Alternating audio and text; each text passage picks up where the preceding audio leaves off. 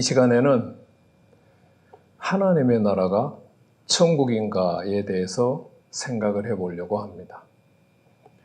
우리가 죽어서 가는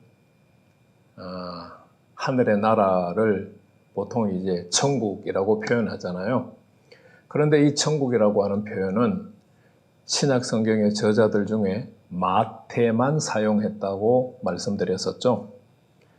마태가 이 천국이라는 표현을 사용할 때는 죽어서 가는 장소적인 의미로 하늘의 나라를 25% 정도 사용을 했고, 이 땅에서 이루어져야 되는 예수님의 통치라고 하는 개념으로 75%를 사용했다고 말씀드렸어요. 그럼 오늘은 마태를 비롯한 다른 신약의 저자들이 사용하고 있는 하나님의 나라, 해 바실레야 투 데우라고 하는 표현이 그러면은 죽어서 가는 장소적인 의미의 천국을 말하는가? 이 하나님의 나라라는 표현은 바울이 가장 많이 사용을 했어요. 아무래도 서신의 절반 가까이를 바울이 썼으니까 가장 많이 사용할 수밖에 없죠. 바울이 쓴 서신의 곳곳에 하나님의 나라라는 표현을 써요. 그런데 사람이 생활을 할 때 짓는 죄와 하나님의 나라를 연결시켜서 언급하는 성경이 세 부분이 있어요. 똑같은 구조를 가지고 있어요. 사람이 짓는 죄, 하나님의 나라. 고린도전서 6장 9절에서 10절, 갈라디아서 5장 19절에서 21절, 에베소서 5장 3절에서 5절은 똑같은 구조를 가지고 있어요. 인간이 생활하면서 짓는 죄와 하나님의 나라를 유업으로 못 받는다는 이야기가 새 성경에 반복되어 있어요. 자, 다 살펴보기에는 시간이 너무 많이 가니까 갈라디아서 5장 19절에서 21절만 살펴보겠습니다. 제가 읽어드릴게요. 육체의 일은 분명하니 곧 음행과 더러운 것과 호색과 우상 숭배와 주술과 원수 맺는 것과 분쟁, 시기, 분냄, 당짓는 것 10가지입니다. 분열, 이단, 투기, 술 취함, 방탕함 15가지입니다. 또 그와 같은 것들, 이 범주에 속하는 모든 것을 말하죠. 전에 너희에게 경계한 것 같이 경계하노니, 잘 들어보세요. 이런 일을 하는 자들은 하나님의 나라를 유업으로 받지 못할 것이요. 15가지와 거기에 해당하는 죄를 짓는 사람들은 하나님의 나라를 유업으로 못 받는다.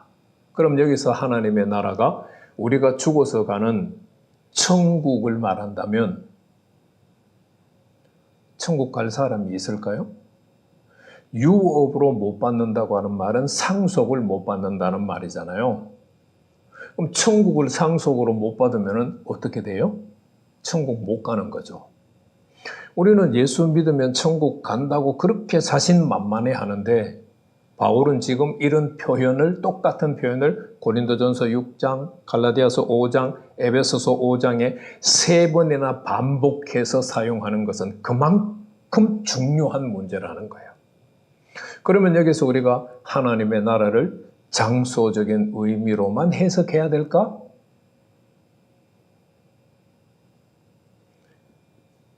마태가 처음 사용하는 장면을 보면 우리가 좀 쉽게 이해할 수 있어요. 마태복음 12장 28절입니다. 그러나 내가 하나님의 성령을 힘입어 귀신을 쫓아내는 것이면 하나님의 나라가 이미 너희에게 임하였느니라. 여기서 이미는 지워야 돼요. 완료 시제처럼 번역을 했는데 과거 시제예요. 그냥 하나님의 나라가 임했다 이렇게 번역하면 돼요. 자, 맥락을 말씀드리면 귀신 들린 사람이 있어요. 그래서 못 봐요. 말을 못 해요. 이 사람이 예수님에게 왔어요. 예수님이 축사를 해줬어요. 성령을 힘입어서 축사를 했죠. 그랬더니만 이 사람이 보고 말하게 됐어요. 귀신이 쫓겨났다는 말이죠. 예수님의 통치가 이루어진 거죠. 그랬더니만 옆에 있는 백성들이 막 박수를 치면서 예수님을 높였죠. 그러자 그것을 보고 듣고 있던 바리새인들이 배가 뒤틀렸어요. 배가 아팠어요. 그래서 백성들을 향하여서 냅다 소리 지르면서 귀신의 왕 바알세불을 힘입어서 귀신을 쫓아낸 거야 라고 예수님을 모함했죠. 그러자 예수님이 하신 말씀이 마태복음 12장 28절이에요. 내가 하나님의 성령을 힘입어 귀신을 쫓아내는 것이면 하나님의 나라가 너희에게 임했다. 자, 귀신 들려서 못 보고 말을 못했어요. 누구의 지배를 받았어요? 귀신의 지배를 받았어요. 예수님이 성령을 힘입어서 귀신을 쫓아내니까 이 사람이 보고 말하게 됐어요. 그럼 이제 누구의 통치, 다스림을 받아야 돼요? 하나님의 통치, 다스림을 받아야죠.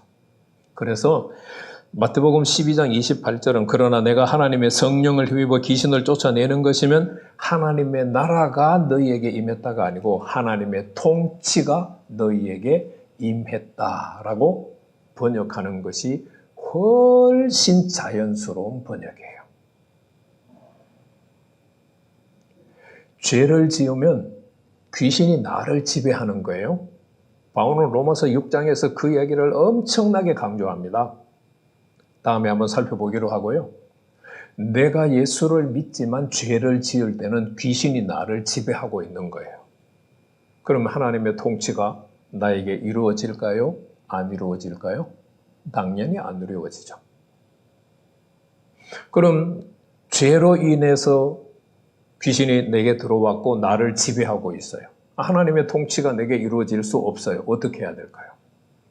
다른 방법이 있으면 여러분들이 다른 방법을 찾아서 하시면 돼요.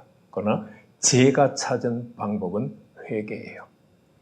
지은 죄를 회개할 때 내게 들어왔던 죄를 통해서 죄를 타고 내게 들어왔던 귀신이 떠나가요. 나를 지배하고 있던 귀신이 내게서 떠나가요. 그러면 자연스럽게 하나님의 통치가 내게 이루어지죠. 여러분은 내가 지은 죄로 인해서 귀신이 나를 지배하는데 이거를 풀 방법이 있으면 회개하지 않아도 돼요. 풀 방법이 없다면 회개해야 되겠죠? 죄를 지어서 계속해서 귀신을 불러들이고 그 귀신의 지배를 받고 있는 내가 문제를 풀지 않으면 하나님의 통치는 내게 이루어지지 않아요. 쉽게 표현하면 하나님의 말씀이 내 생활 중에 내 육체에 내 영혼에 안 이루어져요. 어떻게 하시겠습니까? 회개를 하실래요? 그냥 여전히 내가 신앙생활 하던 방식대로 하실래요? 이것도 여러분들의 선택에 달려 있습니다.